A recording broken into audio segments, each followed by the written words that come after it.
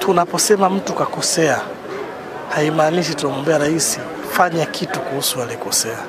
Nadhani kumetokea hii hali ya kwamba hata imefika mahali pa watu wanapokosea kama inabidi uache hivi, kwa sababu inaonekana kama vile unataka kutia pressure ya jambo. Hakuna anayetia pressure ya jambo. Tunachotia pressure amekosea, na mtu anayekosea kazi yake kuomba msamaha. Anaweza kuendelea kufanya anachofanya hicho kila siku.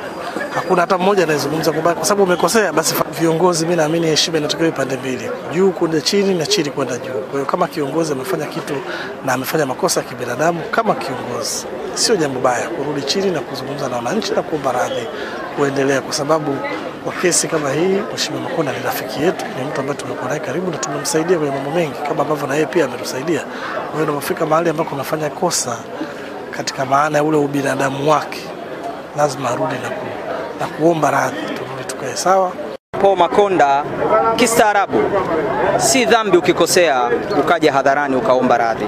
Ana wajibu wa kuja kuwaomba radhi Clouds kwa kitendo cha kuingia akiwa na askari wakiwa na silaha na kutengeneza taharuki hii. Ni wajibu wa kiongozi yoyote unapokosea kuwaomba radhi uliowakosea. Kwa kweli kitendo kilichotokea kinatakiwa kulaaniwa. Hii sio Tanzania ile ambayo sisi wote tulikuwa tunaitarajia au tunaitarajia mpaka sasa, kwa maana hatujakata tamaa, na ndio maana tuko hapa ili kunyoosha mambo kama viongozi ambao nyinyi mmetuchagua, sisi ni wawakilishi wenu. Shambulio lilofanywa jana sio kwa Clouds, limefanywa kwa industry, limefanywa kwa uwekezaji. Mimi ni shuhuda wa uwekezaji wa Clouds toka wako pale Kitega Uchumi studio, kuna kiti kimoja cha plastiki tunaenda kuhojiwa pale. Staff sijui wako 6 sijui 7, lakini leo hebu angalia kundi la staff lilokuwepo hapa mbele, alafu mtu anataka kuja kuvuruga kwa dakika 2 ajira hizi. Hawa masela wengine wanaonekana na vifua hapa kabisa, wakitoka hapa watatukaba huko mitaani. Sasa unakuwa umesaidia nini? Kwa hiyo hichi kitendo tunakilaani wote. Mimi kama waziri kivuli pia nakilaani.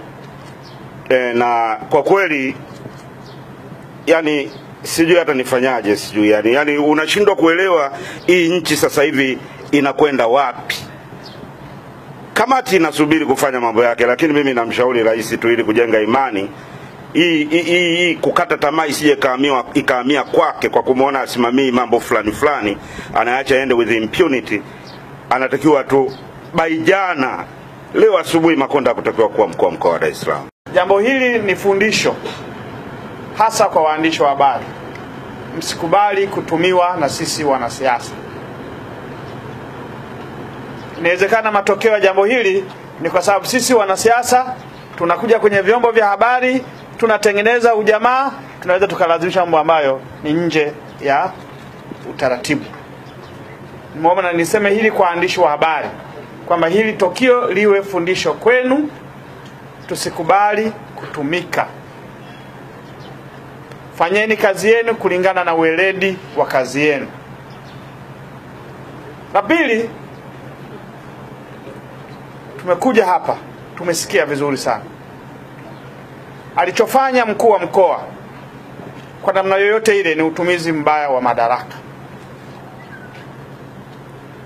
ni kutumia vibaya madaraka aliyopewa. Na si kama kamati tunasubiri serikali imechukua kuna utaratibu, imeunda kamati, wakishamaliza ripoti yao wataileta kwetu. Tutatoa maoni yetu na sisi tutashauri baada ya kupata ripoti ya hiyo kamati. Lakini kwa kweli tunalo jukumu kama taifa kulinda waandishi wa habari. Lakini kulinda taifa letu haliwezi kuwa taifa ambalo wanasema impunity, kwamba yuko mtu mmoja kwa sababu ana vyombo anaweza akafanya jambo analolitaka. Hili halitakiwi. Leo amekuja kwenye vyombo vya habari, kesho atakwenda kwenye restaurant, kesho kutwa atakwenda kwenye nyumba zetu. Niwaombe sana vyombo vya ulinzi na usalama, fanyeni kazi kulingana na sheria zilizowaweka madarakani. Nchi hii inaongozwa kwa sheria. Jambo hili ni gumu sana kulifikiria wakati fulani, lakini jambo ambalo nadhani ni mtu kuna kulewa hapa kwa madaraka. Hakuna namna nyingine, ni kulewa kwa madaraka.